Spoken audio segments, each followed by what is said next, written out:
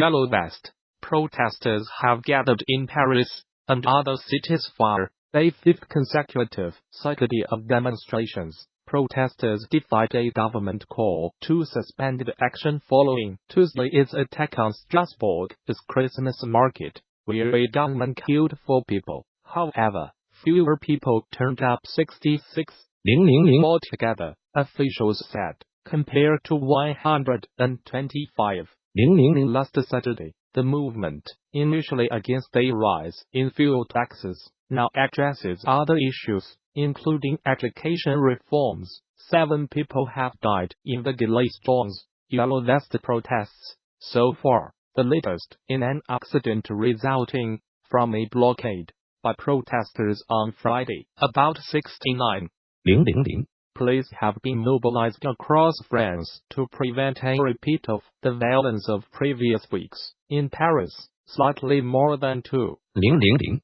took to the streets on a cold and rainy day, compared to 10,000 last week. Police stopped and questioned 168 people in the capital, detaining 115. Scuffles broke out on the Champs-Élysées several times during the day, with police using tear gas and water cannon. However, as night fell, the iconic boulevard was reopened to traffic. 7 people were injured. Some museums were closed, but both the Louvre and the Eiffel Tower remained open. In Bordeaux, more than 400 protesters took to the streets. Police had to use water cannon to disperse them. A similar number protested in Toulouse. In Nantes, some 100 protesters saw rounds of tear gas fired at them. Similar scenes occurred in Avignon and Besanon. In Calais, a group of Yellow Vests blocked the access road to the port. Analysis by Hugh Schofield, BBC News. Paris. A few hundred desultory figures in yellow vests wandered up and down the Champs-Élysées.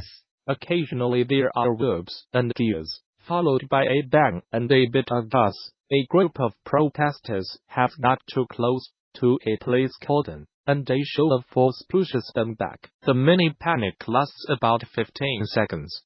That is about the extent of the 5th Yellow Vest demonstration, which confirms the downward trend of last Saturday. Maybe the troublemakers will enter the game like they did last week, but it cannot be on the same scale, because today there simply are not enough bona fide protesters around to give them cover. The Gilets Jaunes who have turned out seem to be the hardline left-wing element. There is a lot of talk about the Rick Citizens Initiative referendums. This is a demand of the far-left leader Jean-Luc Mélenchon, and a long way from the Yellow Vests' original call, which was for a simple cut in fuel tax, long since conceded.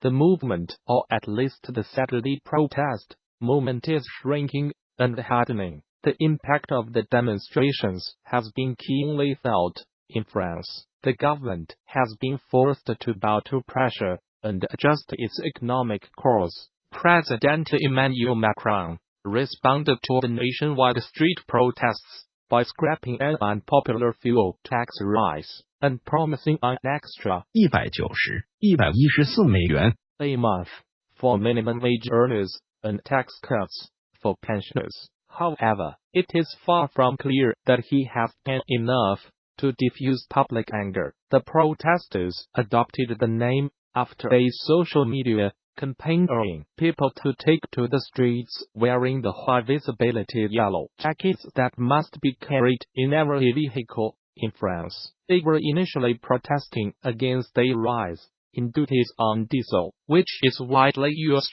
by French motorists, and has long been less heavily taxed than other types of fuel. Mr Macron had said higher taxes on fossil fuels were needed to fund renewable energy investments, but protests have also erupted over other issues, including calls for higher wages, lower taxes, better pensions, and easier university entry requirements. The movement's aim to highlight the economic frustration and political distress of poor working families has widespread support. parents of a teenage boy who took his own life, have complained after their Catholic priest criticized him at the funeral for killing himself. Father Don Locusta in the service questioned whether Mason Halliburger 18. would enter heaven, horrifying his parents and the family. The Archdiocese of Detroit have relieved Father Locusta from funeral duties, but the family want him fired. Catholicism has traditionally taught that suicide is an unforgivable sin. Only recently have the Church said that extreme psychological stress could mean forgiveness for those who take their own lives. Mason, from Temperance, Michigan, took his own life on 4th December. His parents Jeff and Linda Halliburger sought the help of their priest, Father Locusta, before the funeral. We wanted him to celebrate how Mason lived, not how he died, Miss Halliburger told the Detroit Free Press. But the priest used the service at Our Lady of Mount Carmel Catholic Church to attack their child. He was up there condemning our son, pretty much calling him a sinner. Mr. Halliburger said he wondered if he had repented enough to make it to heaven. He said suicide upwards of 6 times. The appearance at the funeral, against their wishes of their son, is football coach, who reportedly bullied Mason and his brothers, added to their pain. The statement released by the Archdiocese of Detroit said Father Locusta would not preach at funerals for the foreseeable future, and apologized for what happened, but the family want him removed from his post to stop him upsetting others. We are afraid that, like the Catholic Church does, they will send him off and he will do it to somebody else. Mr. Halliburger said, if you have been affected by any of the issues in this article, there is help available. You can contact the Samaritans on 116 123 in the UK and the Republic of Ireland, and if you live in Northern Ireland, you can call Lifeline, a 24-hour helpline on 0808-808-8000.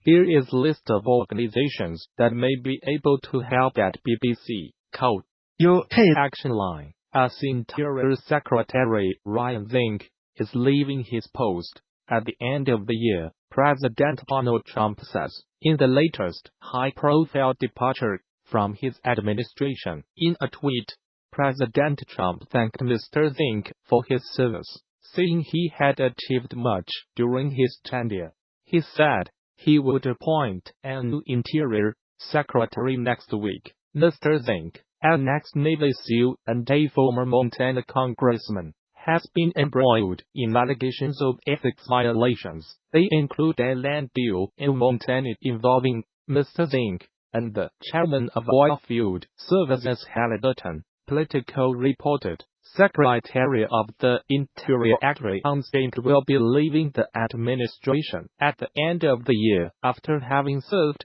for a period of almost 2 years. Ryan has accomplished much during his tenure, and I want to thank him for his service to our nation. End of Twitter post by @Real Donald Trump. The Interior Department oversees federal land, including national parks such as Yosemite and Yellowstone. Mr. Zinke has faced scrutiny over expensive trips in a Sparkplace, helicopters, and on private jets. Costly alterations at his department also came in for criticism, including reports that 3 sets of double doors in his office were being upgraded at a cost of nearly $139,000,000. He later said he had negotiated the price down to $75,000,000. The New York Times has also published a guide to the investigations into Mr. Zinke. According to the newspaper, he is facing scrutiny for blocking a Native American casino expansion after meetings with lobbyists opposing the plan, and for possible breaches of the Hatch Act, which stops federal employees from influencing elections by using their office. Mr. Zinke has promoted oil drilling and coal mining. and worked to roll back environmental protections brought in under President Obama. Chuck Schumer, the Senate's most senior Democrat, was blunt in his condemnation. The swamp cabinet will be a little less foul without him, he tweeted. Mr Zinke was one of the most toxic members of the cabinet in the way he treated our environment, our precious public lands, and the way he treated the government like it was his personal honeypot. The swamp cabinet will be a little less foul without him. End of Twitter post by @Schumer. Advocacy groups have accused Mr. Zinke of being in hoc to corporate polluters, and many welcomed his departure. Jamie Williams, president of Conservation Grove the Wilderness Society, said he feared what he called the drill area where policy would continue. He said, "Unfortunately, even with secretaries in count,